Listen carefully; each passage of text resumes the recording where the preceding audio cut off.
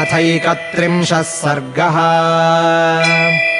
एवम् बहुविधाम् चिन्ताम् चिन्तयित्वा महामतिः संश्रवे मधुरम् वाक्यम् वैदेह्याव्याजहारः। राजा दशरथो नाम रथकुञ्जरवाजिमान् पुण्यशीलो महाकीर्तिरिक्ष्वाकूणाम् महायशाः।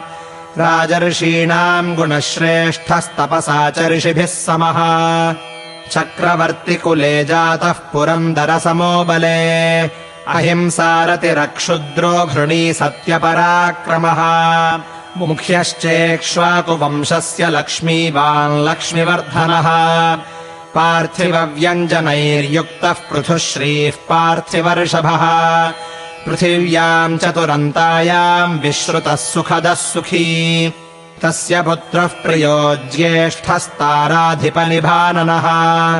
रामो नाम विशेषज्ञः श्रेष्ठः सर्वधनुष्मताम्। रक्षिता स्वस्य वृत्तस्य स्वजनस्यापि रक्षिता। रक्षिता जीवलोकस्य धर्मस्य च परन्तपः।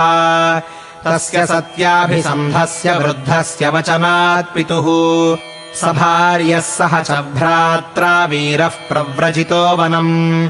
तेन तत्र महारण्ये मृगयाम् परिधावता। राक्षसा निहताः शूरा बहवः कामरूपिणः। जनस्थानवधम् श्रुत्वा निहतौ खरदूषणौ। ततस्त्वमर्षापहृता जानकी रावणेन तु। वञ्चयित्वा वने रामम् मृगरूपेण मायया। समार्गमाणस्ताम् देवीम् रामः सीतामनिन्दिता। आससादवने मित्रम् सुग्रीवम् नाम वानरम्। ततः स वालिनम् हत्वा रामः परपुरञ्जयः। आयच्छत्कपिराज्यम् तु सुग्रीवाय महात्मने। सुग्रीवेणाभिसन्दिष्टा हरयः कामरूपिणः। दिक्षु सर्वासु ताम् देवीम् विचिन्वन्तः सहस्रशः। अहम् सम्पाति वचनाच्छतयोजनमायतम्। तस्या हेतोर्विशालाक्ष्याः समुद्रम् वेगवान् प्लुतः। यथा रूपाम् यथा वर्णाम् यथा लक्ष्मीम् च निश्चिताम्। अश्रौषम् राघवस्याहम् सेयमासादिता मया।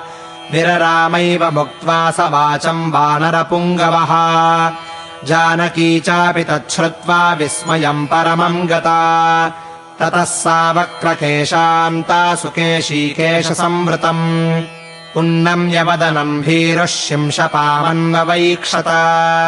निशम्य सीतावचनम् कपेश्च दिशश्च सर्वाः प्रदिशश्च वीक्ष्य। स्वयम् प्रहर्षम् परमम् जगाम सर्वात्मना राममनुस्मरन्ती। सा तिर्यगूर्ध्वम् च तथा ह्यधस्तान्निरीक्षमाणा तमचिन्त्य बुद्धिम्। ददर्श पिङ्गाधिपतेरमात्यम् वातात्मजम् सूर्यमिवोदयस्थम्।